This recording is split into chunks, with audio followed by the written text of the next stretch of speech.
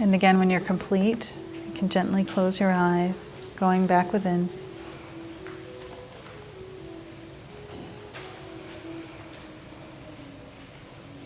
As we move on to our financial plan.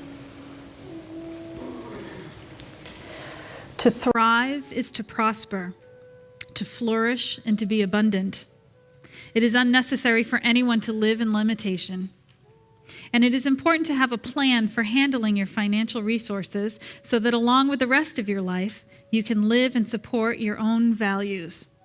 So take a moment and decide, what is the financial plan I have for my life?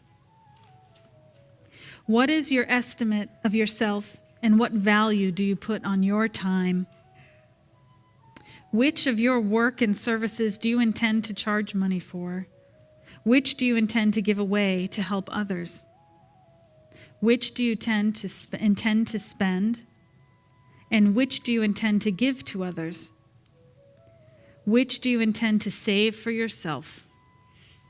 Let us approach each of these aspects of your financial plan one at a time, beginning with your savings plan. No matter what your financial condition, it's important to have a savings plan.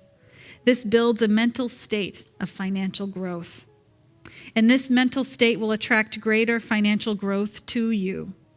So it doesn't matter what percentage of your money you decide to save, just as long as you save it first.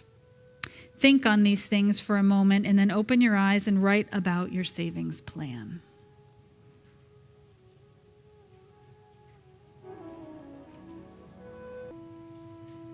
And then moving on to your spending plan. A spending plan is critical to your financial stability. From this money, you can plan for your clothing, rent, mortgage, food, medical needs, insurance, maintenance, children's expenses, household purchases. All of this is a part of your spending program.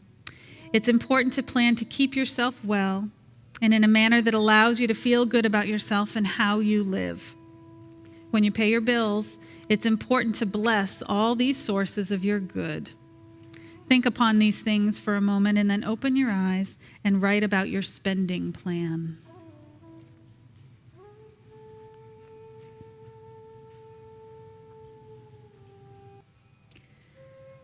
And next we'll move on to our giving plan. To be truly prosperous, you must learn to give.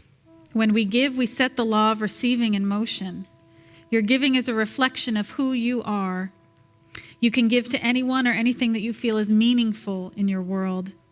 This is the true key to lasting prosperity because it reflects your understanding that life is a divine process of giving and receiving.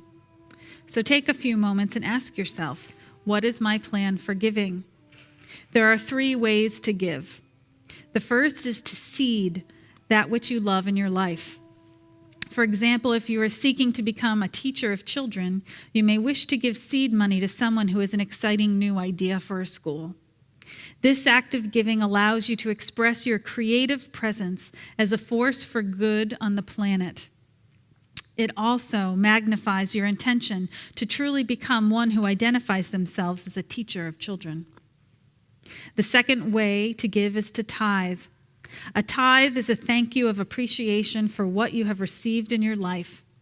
In this way, you can give to people and organizations and your spiritual community that has enriched your life. But truly, you are saying thank you to God for all the riches and blessings that reach you every day. Traditionally, this tithe of thank you has been identified as 10%, but it can be any amount that feels right to you. The third way of giving is to give to your own inner child. This is the rich inner soul within you and an honoring of him or her. This money is never to be spent unless the inner voice of your child agrees. This tithe to the inner child is a fund that grows and becomes a way in which you are grounded and supported as a channel for all good. So there are 3 giving programs, one in which you seed good, one in which you tithe to the organization or person who represents the highest good to you, and one to the inner child within you, your personal soul. So think on these things for a moment, and then when you're ready, open your eyes and write about your giving plan.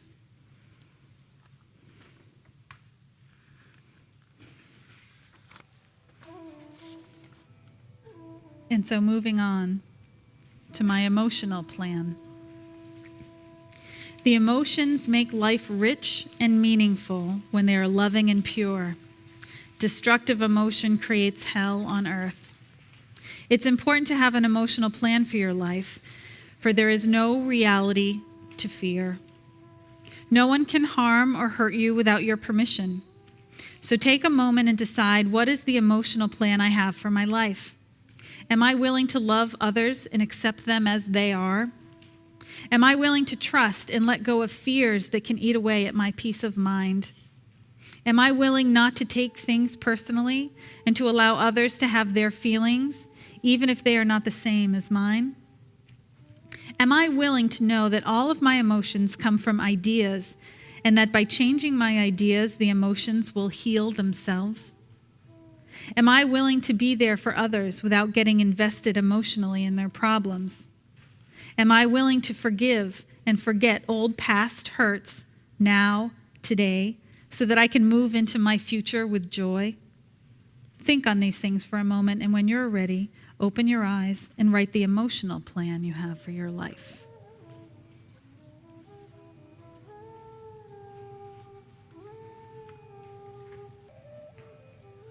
And so finally, moving on to our health plan.